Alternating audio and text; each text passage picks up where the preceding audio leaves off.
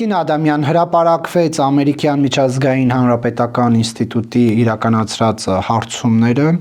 որի համաձայն առաջատար Նիկոլ Փաշինյանն է, երկրորդ տեղում Սամվել Կարապետյանն է, երրորդ, չորրորդ տեղերը իրար միջև կիսում են Ծառուկյանն ու Քոչարյանը կամ Քոչարյանն ու Ծառուկյանը եւ Հանրապետություն կուսակցությունը 1% վստահություն ունի ըստ այդ հարցման, ինչպես կմեկնաբանեք այս ցուցանիշը։ Ասեմ, որ ի սկզբանե ես որևէ հարցումի չեմ հավատում։ Եվ կարծում եմ, որ Ինչու, որովհետև ցածր են տվյալները ձեր հետ բացարձակապես որ բարձր լիներ կհավատայիք։ Կարծում եմ, որ էլի չէի հավատա։ Ես կարծում եմ, որ ամենառեալ հարցումը լինելու է հունիսի 7-ի ընտրությունները։ Սկսենք դրանից։ Ինչ վերաբերում է իրայի հարցումներին, տեսեք, այդ հարցումները չեն հավաստի չեն եւ չեն համարժեք չեն իրականությանը այն պարզ պատճառով, որ Հանրապետություն կուսակցությանը մշտապես տրվում են շատ ցածր ձայներ։ Հիշենք Երևանի ավականու ընտրությունները։ Մենք ունեինք ընդամենը 2% ձայն ու հավաքեցինք 11.3%։ Եվ վերջին հաշվով այն փաստը, որ կարծեմ ֆակտորում էր հրապարակվել, որ ընտրության հարցվածների տեսակետները դե ֆակտո համարժեք չեն հետագա տեղի ունեցած ընտրություններին։ Հիշենք 21 թվի ընտրությունները, երբ բավականին մեծ թվով մարդիկ պետք է մասնակցեին ընտրությունների, բայց ընտրություններին մասնակցել էր 49%-ը։ Այնպես որ այդ բոլոր հարցումները ընդհանրապես հասարակական կարծիքի վրա ազդելու մեխանիզմ են, հասարակական կարծիքի վրա ազդելու քարոզչության ինքնատիպ մեխանիզմ, եւ որևէ խելամիտ մարդ այդ մեխանիզմին կարծում եմ չի տրվի։ Տիկին Ադամյան, դուք եք կարծում, որ այս հարցումները հրապարակվել են իշխանությունների միջամտությամբ տվյալները, որտեղ նման պնդումներ կան ընդդիմության կողմից։ Դա ընդդիմությունը կարող է ասել իշխանության տեսակետներն են արտահայտում, իշխանությունը կարող է ասել ընդդիմության տեսակետներն են արտահայտում։ Ես կրկնում եմ, որ այդ հարցումները ընդհանրապես քարոզչական հնարքներ են։ Համարենք, որ իրականում Ամերիկայի Միացյալ Նահանգների հետ այդ հարցումները որևէ կապ չունեն, որովհետև հանձնարարված է տեղական կազմակերպության անցկացնել հարցումը, տեղական կազմակերպությունն էլ հարցումը անցկացրել է։ Այնպես որ դա ոնց ուզում եք վերցրեք, դառնում է գելապ 2։ Չէ, բայց եթե այս տեղական գելապ տեղականը կենտրոնակայանի ազդեցության ենթակայությամբ գործող է, չէ, ինքնուրույն ինքնագործունեությամբ չի զբաղվում։ Կարծում եմ մինչև հունիս շատ Դուք ուզում եք հենց Ամերիկայից գային այդ 1506 հոգուն հարցը տայնում եք ընտրելու, որը կարող էին այլ մեթոդաբանություն կիրառել բացարձակապես։ Եվ հետո, գիտեք, բոլոր դեպքերում այդ հարցումների մեջ կան նաև հակասական արդյունքներ, որովհետև եթե բնակչության 52%-ը Եվրամիության անդամակցության գործընթացին կողմ է, ինչպես կարող է այդ 52%-ը ձայն չտալ այն կուսակցություններին, որոնք նախաձեռնել են ամենայն դեպս այդ գործընթացը։ Այստեղ դուք տրամաբանություն տեսնում եք։ Ինչ որ բան այն չի, չէ՞։ Վիլյամ Սարոյանն ասում էր ինչ-որ տեղ ինչ-որ բան սխալ է։ Եկեք գնանք ինչ-որ տեղ ինչ-որ բան ճիշտ է տրամաբանությամբ, հանրապետական կուսակցությունը չի վստահում այս տվյալներին, ճիշտ եմ հասկանում։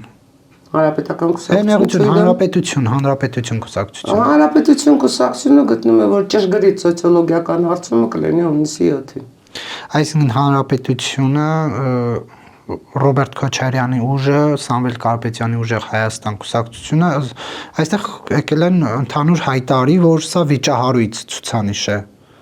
Որտեղ իրենք են ասում, որ այստեղ մի բան են չի, նույնիսկ իրենք ասում են ես չեմ Ռոբերտ Քոչարյանի ու Սամվել Կարապետյանի ուժերը ինչ տեսակետներ են արտահայտում, ես արտահայտում եմ իմ տեսակետը եւ ասում եմ, որ հունիսի 7-ը կլինի ճշգրիտ սոցիոլոգիական հարցում եւ այդ սոցիոլոգիական հարցումները երբևէ համենայն դեպս Հայաստանի Հանրապետությունում անցկացված տարատեսակ սոցիոլոգիական հարցումները իրականության համարժեք չեն եղել, որովհետև երբ եղել են ընտրությունները բացարձակապես այլ տեսակետ են ներկայացրել։ Ես կարող եմ ձեզ հիշեցնել նաև Էջմիածնի ընտրությունները, որտեղ մեզ ընդամենը 1% էին տալիս, ԿՊՆ-ն այդ 1% ընտրություններից 1 օր առաջ հրապարակեց, բայց մեզ ընդամենը 13 ձայն պակասեց 4% հավաքելու։ Դե այստեղ է կարող է 13 ձայն պակասել, Ես կարծում եմ, որ այստեղ 13 ձայն ընդհանրապես չի պակասի, գուցե 26 ձայնը լավ է լինի։ Եկեք ոչ թե գնանք Կիկոսի մահի կամ Արմագեդոնի սցենարով, այլ գնանք ողջամիտ լավատեսական սցենարով։ Տիկին Ադամյան, ինչու եք դուք դեմ, որ Սամվել Կարապետյանի ուժը գրանցվի։ Ձեր կուսակցության ղեկավարն ասում է, որ ես պահանջում եմ չգրանցել Սամվել Կարապետյանի կուսակցությունը։ Իրենց թևից էլ Նարեկ Կարապետյանը հակադարձում է, ասում է ամենայն հարգանքով Սարգսյանների ընտանիքի նկատմամբ, բայց Արամ Սարգսյանը չի որոշում, ով գրանցվի եւ ով չգրանցվի։ Ամենայն հարգանքով Նարեկ Կարապետյանի նկատմամբ ոչ թե Արամ Սարգսյանն է որոշում, այլ որոշում են օրենքները, Հայաստանի Հանրապետության օրենքները։ Իսկ եթե Հայաստանի Հանրապետության օրենքները գործեն, ընտրությունների համար պետք է ստեղծվեն հավասար մրցակցային պայմաններ։ Ժողովրդավարական թափանցիկ բաց ընտրությունների համար պետք է ստեղծվեն հավասար մրցակցային պայմաններ։ Եթե մենք գնում ենք օրենքի նորմը պահպանելուն, օտարերկրյա կապիտալով կուսակցությունը չի կարող մասնակցել ընտրությունների։ Եվ դա պետք է լինի կենտրոնական ընտրական հանձնաժողովի որոշումը հավասար պայմաններ ստեղծել բոլոր կուսակցությունների համար։ Որտեղ ընդհանրապես ժողովրդավարական, ոչ ժողովրդավարական խնդիրը չկա։ Խնդիրը օրենքի նորմի պահպանումն է։ Դուք ունեք տվյալներ, որ ուժեղ Հայաստան կուսակցությունը օտարերկրյա։ Ես կարծում եմ, որ դա որևէ կուսակցություն չպետք է նստի, կուսակցության գործը չէ, մենք չպետք է նստենք տվյալներ հավաքել։ Բայց դուք եք դա իրավապահների գործն է, դա իրավապահների գործն է, եւ դա կենտրոնական ընտրական հանձնաժողովի գործն է։ Մենք այդ խնդիրը առաջ ենք քաշում, միայն Արամ Սարգսյանը չի ասել, ես էլ եմ բազմիցս ասել, որ այդ կուսակցությունը չպետք է գրանցվի, որովհետեւ ակնհայտ է նրանց օտարերկրյա ծագման կապիտալի առկայությունը, ակնհայտ է նաև, որ նրանց տեխնացուն չի կարող լինել վարչապետի տեխնացու։ Եռաքաղաքացի Սամվել Կարապետյանը, եթե լինելու է ուժեղ Հայաստանի առաջին համարը, վարչապետի տեխնացու չի կարող։ Բայց կարող է ուժեղ Հայաստանը ֆինանսավորվում է պիցցաների վաճառքի հասույթով, տաշիր պիցցաների իրենցն է Հայաստանում գործող սննդի ցանցը։ Գիտեք, տաշիր պիցցաների սննդի ցանցը, եթե կարող է այդքան ֆինանսական կապիտալ ապահովել, ուրեմն դա արդեն տաշիր պիցցա չի, դա ինչ-որ համատիեզերական կառույց է, որովհետև այն ֆինանսները, որ արդեն իսկ ներդրվել են ուժեղ Հայաստան ուժեղացնելու, Կարող դրա հասույթն է ուղղվում, ոչ թե Մոսկվայի բիզնեսներից է գալիս։ Թող իրավապահ մարմինները ներկայացնեն իրենց տեսակետը։ Ես կարծում եմ, որ ես միայնակ չեմ, Արամ Սարգսյանը միայնակ չի, շատ-շատերն են գտնում, որ օտարերկրյա կապիտալով կուսակցությունն են, թող բացահայտեն եւ ներկայացնեն, թող ապացուցեն, որ կապիտալը օտարերկրյա չէ։ Թող ապացուցեն, որտեղ կա այդ ողջամիտ կասկածը։ Այսինքն կասկած ունենալով հանդերձ է ասում պահանջում ենք չգրանցել։ Այո, պահանջում ենք չգրանցել, որովհետև ակնհայտ է, որ Սամվել Կարապետյանի քաղաքական ուժը իբրև քաղաքական ուժ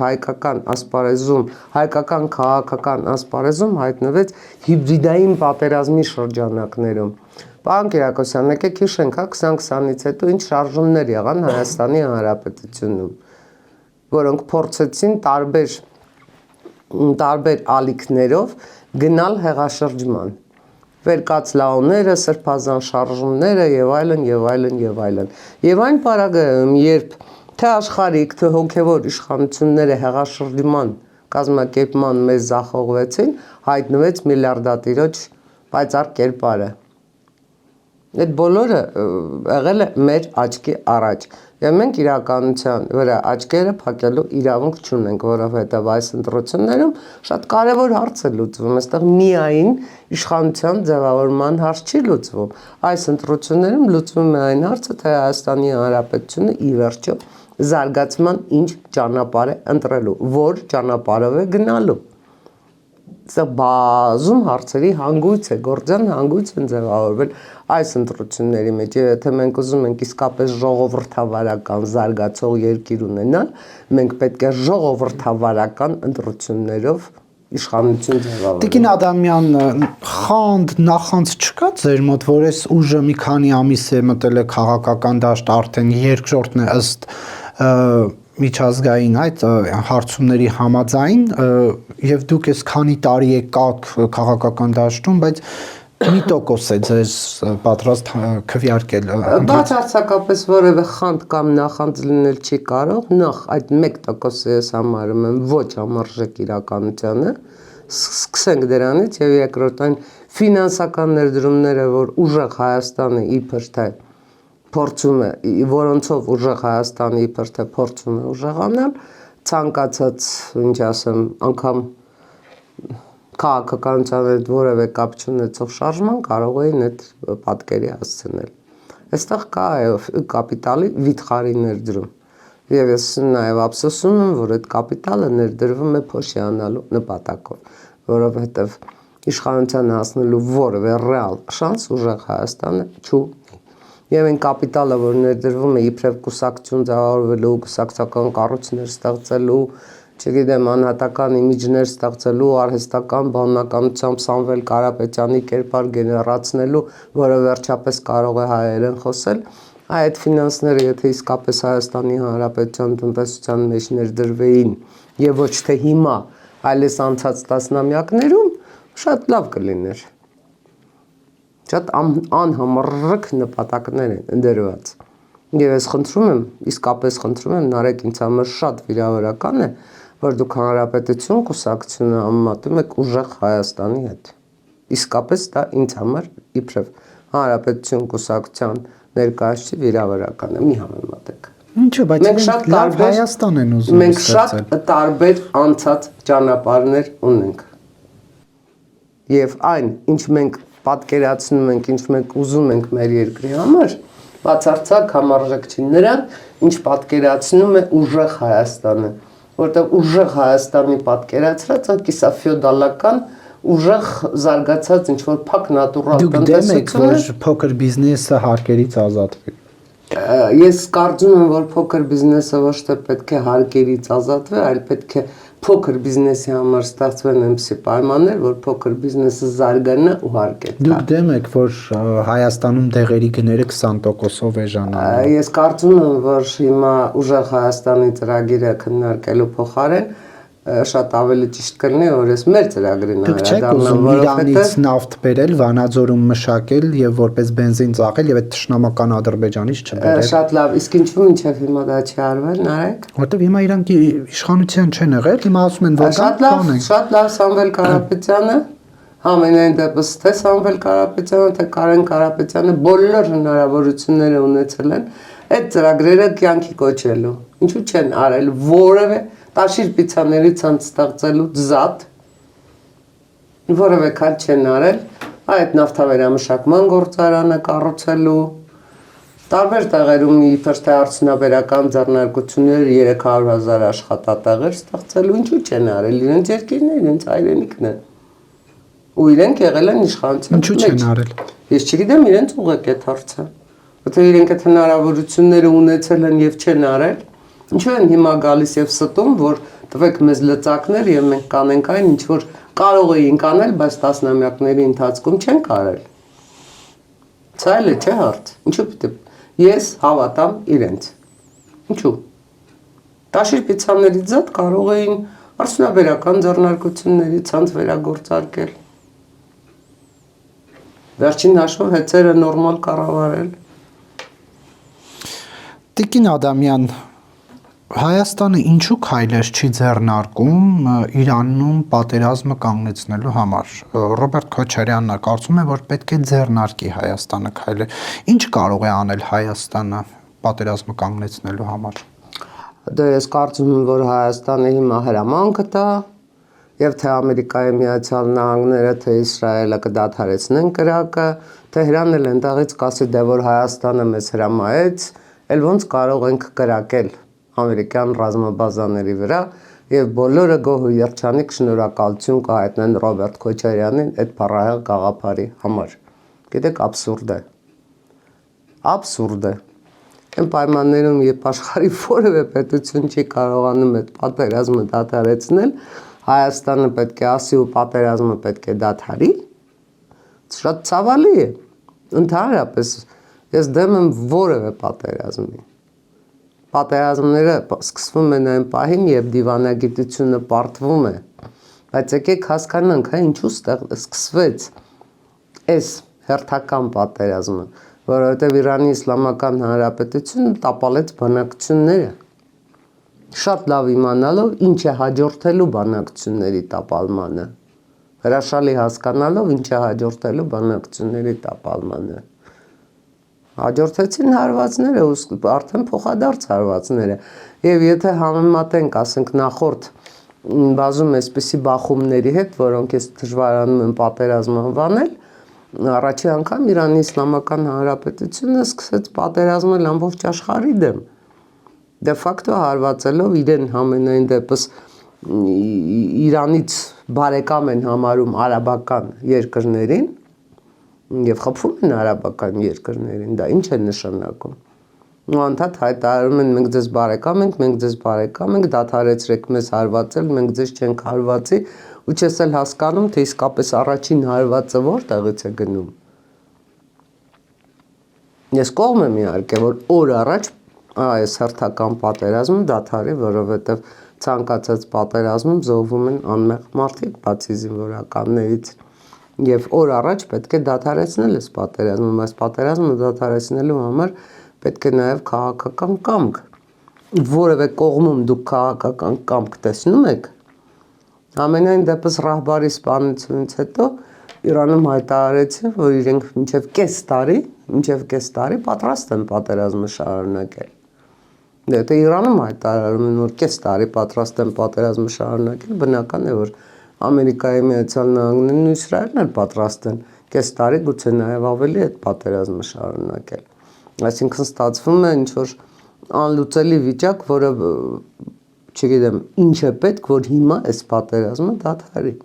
Գիտեք, երբ պատերազմը սկսվեց, ակնհայտ էր, որ կա 3 սցենար։ Եվ այդ 3 սցենարները ներառում էին, որ Ռահբարի համենայն դեպս սպանությունից հետո Իրանում այնուամենայնիվ ինչ-որ ինչ ասեմ, շարժում կձևավորվի։ Հիշում եք առաջի օրը իրանցիները փողոց էին դուրս եկել, կեսը ողբում էին Ալի Խամեյնիի մահը, կեսը ուրախացել էին։ Ուռաներով, չգիտեմ, իրար շնորհավորելով, այսինքն երկիրը դե ֆակտո տարաբաժանված է։ Եվ նույնիսկ եթե պատերազմը այսօր կամ վաղը ավարտվի, Իրանի տնտեսական վիճակը դրանից չի փոխվելու։ Դեկտեմբերի 28-ից ինչ էր սկսվել Իրանում։ Ռահբարը այն մարդն էր, որի հրամանով իրանցիների վրա էին կրակում։ Եվ տարբեր, ասենք, չգիտեմ, որքանով են ճիշտ, որքանով են սխալ, ամենայն դեպս 30-40 հազար իրանցի է սպանվել։ Չնայած պաշտոնապես իրենք ընդունում են 3000-ի սպանությունը։ Երբ իշխանությունը կրակում է սեփական ժողովրդի վրա, դա ինչ է նշանակում։ Դա նշանակում է, որ չի կարողանում այլևս կառավարել։ Եվ այս տնտեսական հարցերի լուծումը թերևս գերակա է։ Տիկին Ադամյան, հիմա այդ հրթիռները նաև Հայաստանի վրա էին ընկնելու, եթե թրիպը գործարկված լիներ, կարծում են ընդդիմադիրները։ Այդպես է։ Երեք ընդդիմադիրները շատ կցանկանային, որ այդ հրթիռները այո Հայաստանի Հանրապետության վրա էլ ընկնեին։ Ինչ ասեմ, ընդդիմադիրները շատ ծանր տարան Ռահբարի մահը, ադրբեջանցի Ռահբարի մահը, այնպես բուռն ողբում էին։ Ես պարզապես այդ ամեն ինչը չեմ հասկանում, որովհետև կա պարզ տրամաբանություն։ Եթե Հայաստանի Հանրապետությունը հիմա կարողանում է իր վարած արտաքին քաղաքականության շնորհիվ հեռու մնալ այդ հարվածներից, դա վատ է։ Եթե հիմա մեր սահմաններին հանգիստ է, մարդիկ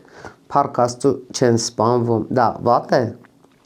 Պետք է պարտադիր զոհեր լինեն, որ մենք մեզ այսպես ինչ ասեմ լավ զգանք։ Որովհետև գիտեք, իշխանության համար պայքարը պետք չի մարդկանց արյունի վրա կառուցել։ Չի կարելի, պարզապես չի կարելի, արյունով եկածը իշխանության արյունով էլ հեռանում է, եւ դա վերաբերում է նաեւ Ռոբերտ Քոչարյանին։ Բայց նա հիմա ակտիվացել է եւ էլի ընտրություններին նա մասնակցում, այդ հարցումները ձեր նման էլի չի վստահում, ասում եմ մենք բառացիորեն այդ շրջանում արել ենք հարցումներ, ընդ որում ոչ թե 1500, այլ 2000-ից ավել մարդու շրջանում եւ ունենք բարձր վարկանիշ եւ պատրաստվում են իշխանության գալ։ Իրենց ընտրության հարցն է, ինչ ասեմ, պատրաստվում են իշխանության գալ, թող փորձեն իշխանության գալ, բայց երեք Ռոբերտ Քոչարյանը ոդկասթեր վարում, թե ոդկասթի հյուր էր, դժվարանում եմ նույնիսկ ասել, եւ ես այդ ոդկասթը ինչքան նայեցի, խոստովանում եմ լրիվ չեմ նայել, գուցե ինչ-որ տեղեր վրիպել եմ, ներողություն եմ խնդրում, եթե վրիպել եմ, բայց այդ ոդկասթում ես շատ էի ուզում լսել հարց։ Իսկ Ռոբերտ Քոչարյանը իրեն մեղավոր չի զգում, որ այսպիսի դաժան պատմության մեջ գցեց Հայաստանի Հանրապետությանը, կոնցեսիոն կառավարման հանձնելով հայկական երկաթուղին Ռուսաստանին, ու հիմա այդ երկաթուղու հարցը դարձել է ինչ-որ ոդիսական։ Չես հասկանում ոնց պիտի լուծվի, ինչ պիտի արվի։ Դե երբ իրեն հարցրեցին, իհարկե ընդգծելով, որ ձեր կառավարման շրջանը դա լավ էր, կզարգանում էր Հայաստանը, բայց այնուհանդերձ թերացումներ կան, ինչ թերացումներ կնշեք, դե ասեց այդ մեծամասնական ընտրակարգով, որ առանձին падգամավորները ընտրվում էին տարածքներից, իրենց պահվածքով, իրենց գործելավոճով հարվածում էին իշխանության հեղինակությանը։ Մոտավոր եմ էլի ասում, բայց դրա ասացի տրամաբանությունը դա Քոչարյանը։ Ես անմեղ եմ, քո աչքերն են մեղավոր։ Դա հիշեց Քոչարյանի իր կառավարման շրջանի բացասական բաներից, որ այդ կողքի անհատ падգամավորները իրենց պահվածքով վատ էին անդրադառնում իշխանությանը։ Ասում եմ, ես անմեղ եմ, քո աչքերն են մեղավոր։ Գիտեք, հրաշալի է, որ Ռոբերտ Քոչարյանը իր պաշտոնավարման տարիներից հիշում է միայն մեծամասնական ընտրակարգով խորհրդարան մտած падգամավորներին, որոնց էլի ինքն է խորհրդարան բերել, որովհետև եթե հիշում եք, կամ գուցե դուք կարող եք տարիքի բերումով չհիշել, բայց Ռոբերտ Քոչարյանի իշխանության տարիներին եղած բոլոր ընտրություններում ամենայն դեպս ընտրացուցակները խորհրդարան մտնող падգամավորների կազմվում էին Բաղրամյան 26-ում, ոչ թե որոշվում էին ընտրություններով։ Ու դա ես չեմ ասել, դա բոլորը գիտեին։ Դա մեկ, երկրորդը։ Լավ, Ռոբերտ Քոչարյանը, եթե այդքան հրաշալի տնտեսական բարձր, չգիտեմ, աճով տարիներ է ունեցել, որտեղից ստեղծվեցին այս բոլոր խնդիրները Հայաստանի Հանրապետության համար, որոնք հանգեցրին 2020-ին։ Ժողովրդագրության այդ պատկերի փոփոխությունը Ռոբերտ Քոչարյանի իշխանության տարիներին, ինչու էին այդքան մարդիկ ծաղկող Հայաստանից հեռանում։ Ռոբերտ Քոչարյանը այդ հարցը պատասխան ունի, կամ որևէ մեկ այդ հարցը Ռոբերտ Քոչարյանին տալիս է։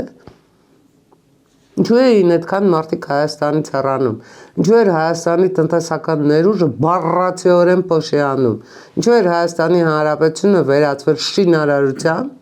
պարզապես շինարարության եւ սպասարկման ոլորտի։ Այ Վազգեն Սարգսյանն ու Արամ Սարգսյանը իրենց համատեղ գրեթե 1 տարվա պաշտոնավարման ընթացքում արդյունաբերությունը ոտքի կանգնեցրին, փորձեցին ստեղծել արդյունաբերությամբ աշխատատեղեր։ Ռոբերտ Քոչարյանը եկավ ու այդ ամեն ինչը փակեց։ Ինչու։ Կոնկրետ ինչու։ Որպեսզի Հայաստանի Հանրապետությունը չունենա զարգացված տնտեսություն, որովհետև դա չէր տեղավորվում ֆորպոստի գաղափարախոսության մեջ, ֆորպոստը պետք է լիներ թույլ եւ կառավարելի։ Այսինքն Ռոբերտ Քոչարյանը հիմա ուզում է վերադառնալ, որ Հայաստանի Հանրապետությունը նույն ֆորպոստի կարգավիճակով սեփական ինքնիշխանությունը կապույտ եզրաշերտերով ափսեի վրա մատուցի հայտնի երկրին, հա? Դա է Ռոբերտ Քոչարյանի վերադարձի նպատակը։ Ես կարծում եմ Հայաստանի Հանրապետության միջին վիճակագրական ընտրողը այդ նպատակը չի կիսում։ Քոչարյանի օրոք պատերազմ չի եղել։ Իհարկե պատերազմ չի եղել, ում հետ պետք է պատերազմ լիներ, եթե ինչ ուզում էին, ստանում էին։ Տարածքներ էր տալիս։ Ամեն ինչ էր տալիս, ամեն ինչ էր տալիս։ Ինչ տարածք է կորցրել Հայաստանը Քոչարյանի իշխանության օրոք։ Եկեք հասկանանք, որ Ռոբերտ Քոչարյանի օրոք մենք կորցրեցինք տարածաշրջանի ամենամարդունակ բանակը ունենալու հնարավորությունը։ Եկեք հասկանանք, որ Ռոբերտ Քոչարյանի ժամանակ մեր բանակը դադարեց ամենամարդունակը լինելուց թե թվական կազմով, թե զենքով։ Բայց հարևան Ադրբեջանում բանակը դառնում էր իսկապես ամենամարդունակը։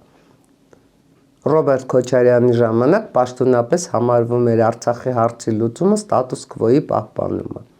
Եվ ոչ Ռոբերտ Քոչարյանը, ոչ Սերժ Սարգսյանը չէին կարող այդքան ընդարձակ ինֆորմացիա ունենալով ոչ միայն Հայաստանի Հանրապետության,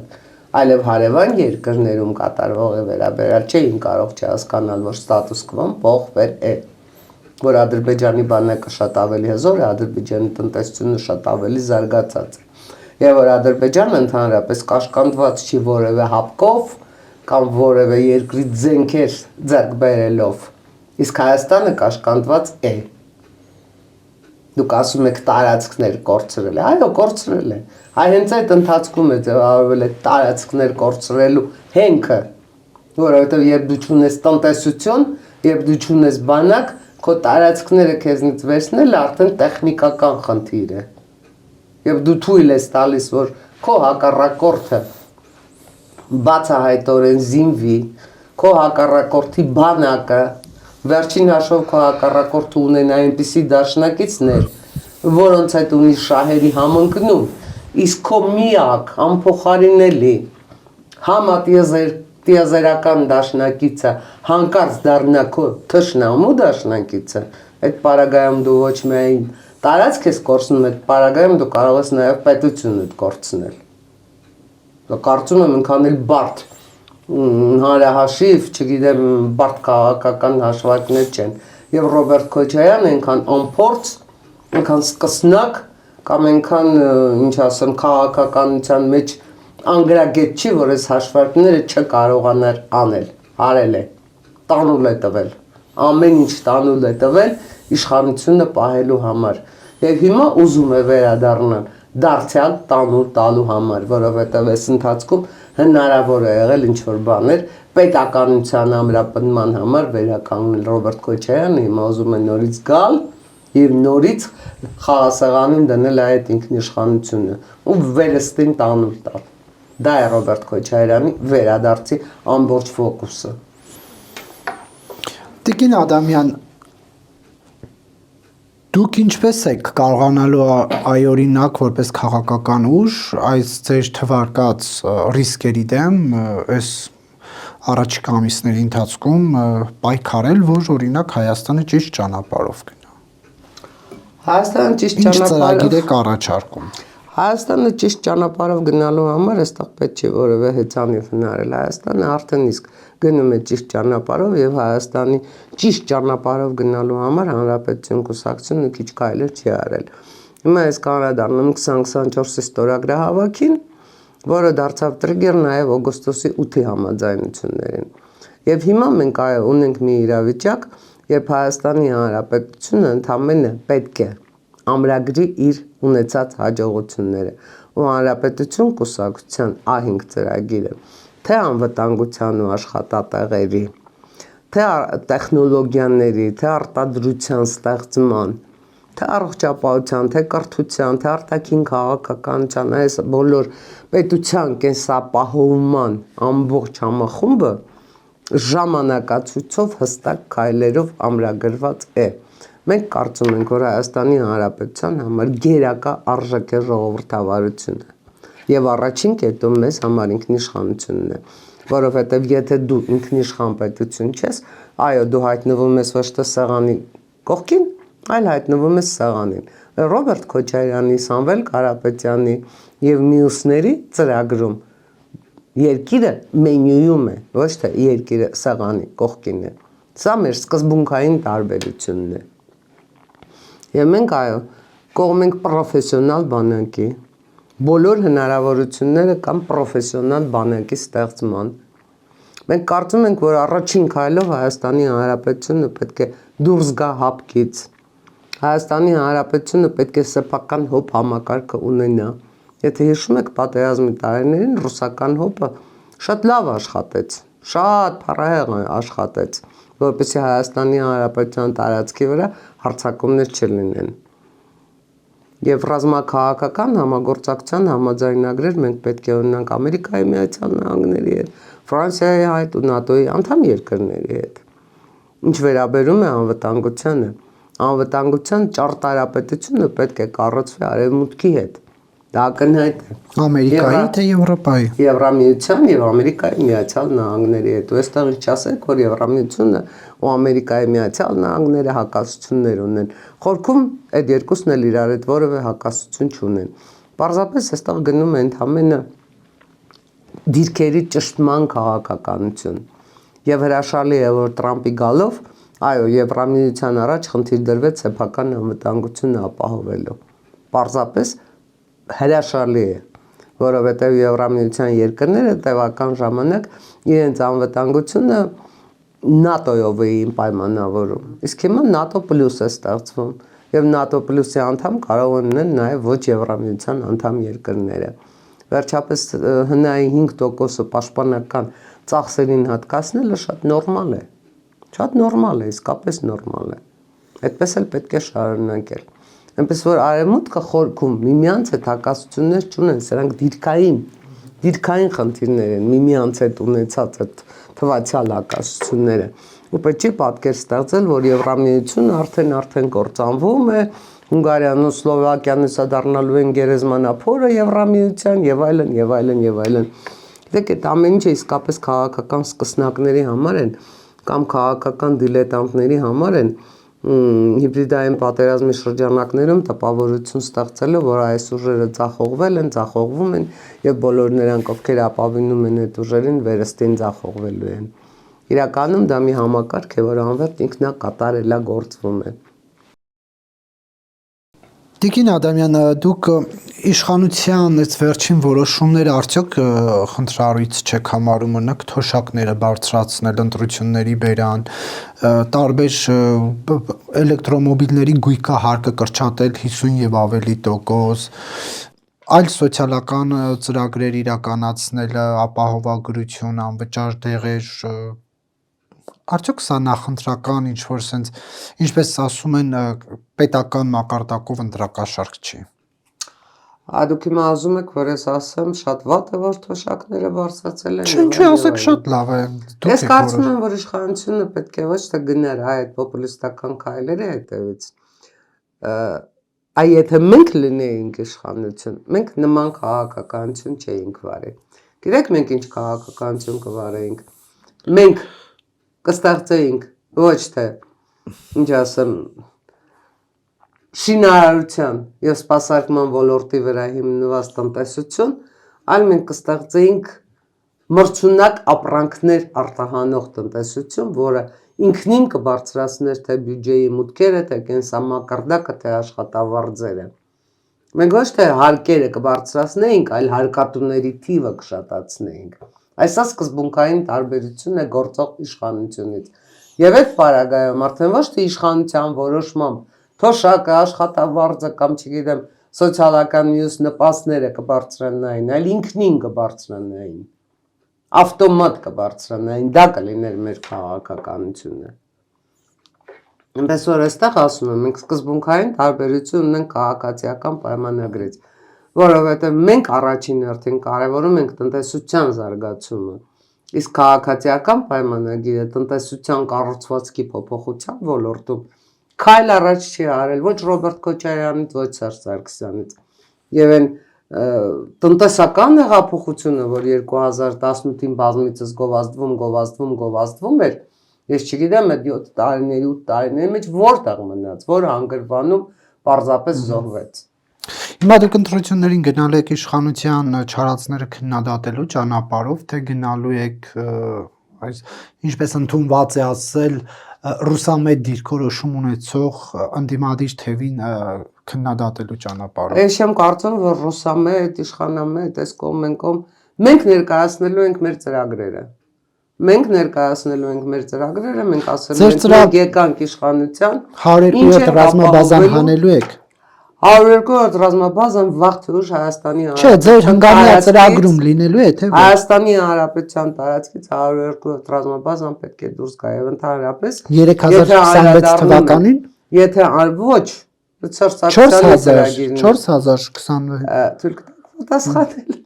Ես կարծում եմ, որ եթե մենք անդրադառնում ենք հայ-ռուսական հարաբերություններին, մենք այստեղ ունենք արմատական խնդիր։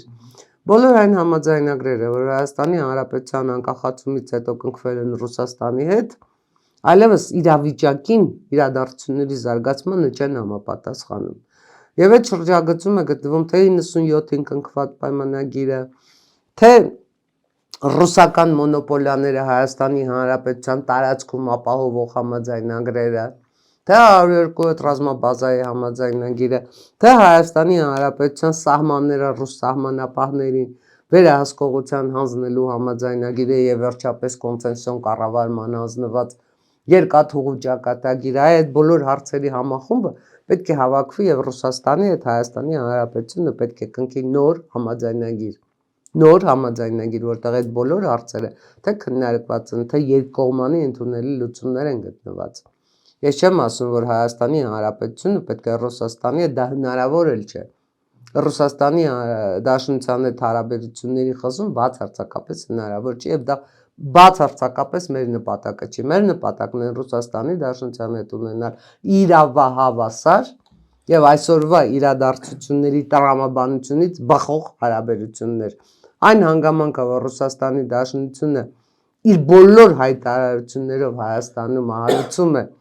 հակառուսական տրամադրություններ, դա Հայաստանի Հանրապետության քաղաքականության հետ կապված չէ։ Տիկին Ադամյան, ձեր ծրագրում կարդալու ենք 102-րդ ռազմաբազան։ Մեր ծրագիրը շուտով կհրապարակվի եւ ոչ միայն դուք, այլև շատերը այդ մասին կիմանան։ Ինչու եք գախնի պահում։ Բացարձակապես ինչ կա գախնի պահելը։ Դու գախնիկ որևէ գախնիկ չկա։ Կհրապարակվի կտեսնեք, թե 102-րդ սահմանապահները ընդհանրապես Ռուսաստանի հետ ունեցած հարաբերությունների լուծումները։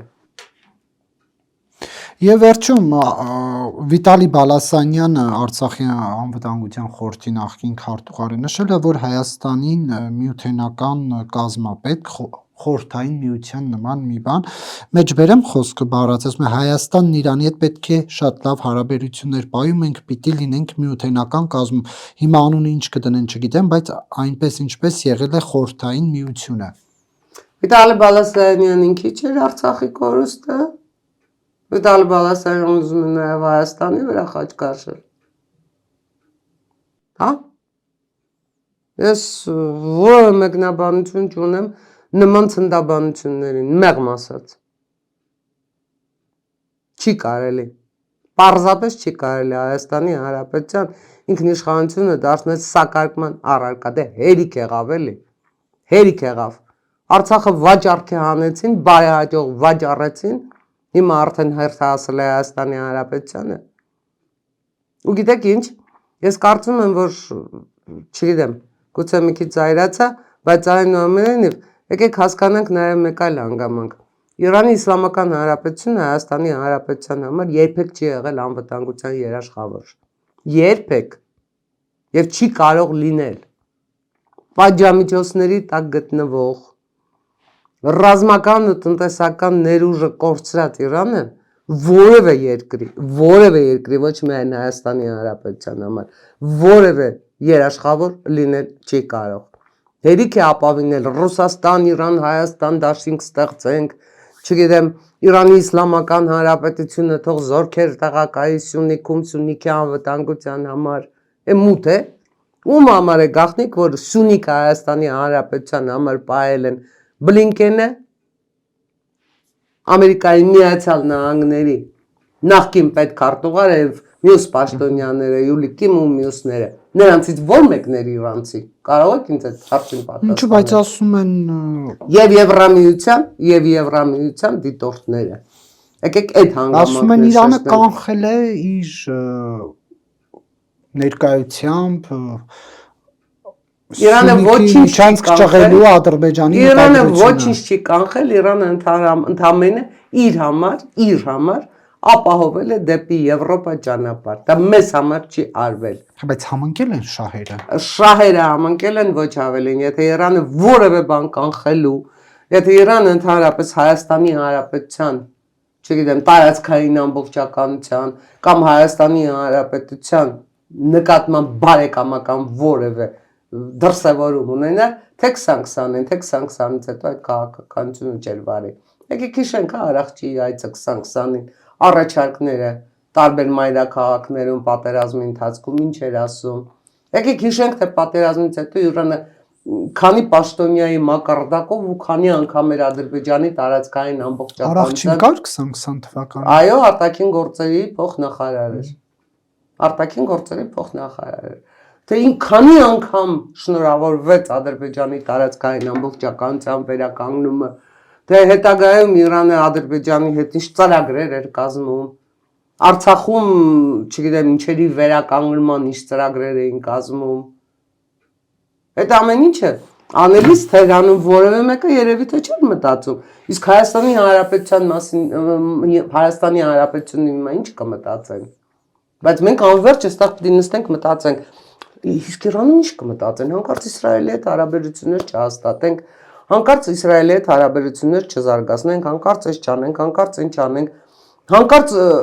Ռուսաստանը թույլ չի տա, որ մենք Իրանից գազ բերենք եւ այլ, գիտեք, այստեղ այնպեսի հարաբերությունների տնջուկ է, որ ոչ միայն մեկ դերևս մի 10 հարցազրույց է պետք այս բոլոր հանգույցները հերթով բացելու համար։ Մանրամասներով, խորքով, պատճառներով, հետևանքներով, արաբական աշխարհի մյուս երկրների հետ կապերով, արևմուտքի հետ կապերով, զարգացումներով Ինչ եք կարծում Ադրբեջանի հետ հարաբերությունները կսրվի, թե այդ մի միջադեպով ամեն ինչ կավարտվի Իրանի հետ, Իրանը նկատի ունեմ։ Բոլոր դեպքերում Իրան-Ադրբեջան հարաբերությունները այդ մի միջադեպով չեն սրվել։ Բացարձակապես Չէ, այս պատերազմի շրջանակներում շարունակություն կունենա, թե ոչ։ Ես կարծում եմ, որ շարունակություն չի ունենա, եթե էլի հրթիռներ ինչ որ հանկարծ չհայտնվեն Ադրբեջանի տարածքում։ Եթե էլի Իրանից հրթիռներ, չգիտեմ, չհայտնվեն Ադրբեջանի կազմում։ Եվ ընդհանրապես Իրան-Ադրբեջան հարաբերությունները դա բոլորովին առանձին պատմություն է, որը առանձին ուսումնասիրության թեմա է, որովհետև դու չես կարող Իրան-Ադրբեջան պատմությունը ուսումնասիրել առանց Իրան-Թուրքիա պատմության ուսումնասիրման։ Այստեղ կա շահերի բախում, այստեղ կան որոշակի հակասություններ։ Եվ այդ հակասությունների մեջ Հայաստանի Հանրապետության խնդիրն է իր շահերը պաշտպանել։ Համենայն դեպս ոնց ուզում եք վերցրեք, Ամերիկայի Միացյալ Նահանգների նպատակը, վերջնանպատակը պատժամիջոցներից ազատ Իրան ունենալն է։ Իսկ եթե Իրանի իշխանությունը չի ուզում հրաժարվել իր միջուկային ծրագրից, որը հասկանալի չի ի վերջո ինչի համար է, եթե դու ուզում ես քո այեկների համար ընդամենը հումք ունենալ, դու այդ հումքը կարող ես ձեռք բերել այլ երկրից, ինչպես անում են այեք ունեցող ամենայն դեպս այլ պետությունները կամ որոշակի մակարդակի հարստացնել քո ուրանը ու վերջացնել։ Այդ ուրանի անverջ հարստացումը, եթե միջուկային զենք ստեղծելու համար չի, ինչ նպատակով է։ Այս հարցի պատասխանը Իրան Թեհրանից ամենայն դեպս որևէ հոդաբաշխ պատասխան աշխարհի համար չի հնչել։ Ես էլ եմ ասում, Ամերիկայի Միացյալ Նահանգների նպատակը պատժամիջոցներից զերծ զարգացող Իրան ունենալն է, իսկ դրա համար Իրանում պետք է ակնհայտորեն պետք է ամենայն դեպս իշխանապողություն։ Ակնհայտորեն պետք է։ Եվ այդ իշխանապողությունը բխում է ոչ թե Ամերիկայի Միացյալ Նահանգների թելադրանքից, այլ բխում է Իրանի ժողովրդի շահից։ Այն ժողովրդի, որը ռահբարի կրակոցներից զոհվում էր, այն ժողովրդի, որը տնտեսական շատ վատ պայմաններ ռեալի անկում է, եկեք հիշենք։ Դե երևի Թրամփին էլ չեք քննադատի երեխաներին թիրախավորելու համար, քանի որ ձեր կուսակիցն էլ ասում է գարուն է բերել Թրամփը տարածաշրջանում, երևի ավարտենք հարցազրույցը։ Եկեք հասկանանք, թե երեխաներին կրակելու պատմությունը իսկապես իրական է, թե ոչ։ Որովհետև Reuters-ն էր պարզապես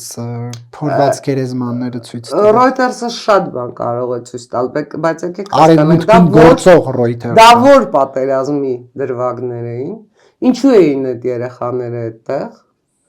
Արդյոք այդտեղ միայն այդ երեխաներն էին, թե այդտեղ կային նաև զենքի, զորքի կուտակումներ, որովհետև որևէ մեկի համար գաղտնիք չի, Լիբանանի փորձնել է դա ցույց տալիս, Հեզբոլլահի Համասի փորձնել է ցույց տալիս, որ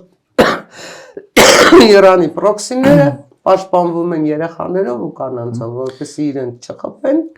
նրանց խփեն կամ չգիտեմ, գիտես, ես պատերազմի մասնագետ չեմ։ Ես չեմ կարող 100%-ով ասել, իսկապես այդտեղ երեխաներ եղել են, թե չեն եղել։ Չեմ կարող ասել, որովհետև այդ ճշգրիտ պատկեր է, դուք բերում եք Reuters-ը, բայց կան նաև ուրիշ գործակալություններ, որոնք ամենայն դեպս կասկածի տակ են դնում, եղել է թե չի եղել եւ արդյոք եթե եղել է։ Տիկին Ադամյան, այսինքն երբ որ Վլադիմիր Պուտինի հրամանով են մահանում երեխաները, Վլադիմիր Պուտինը մարդասպան է,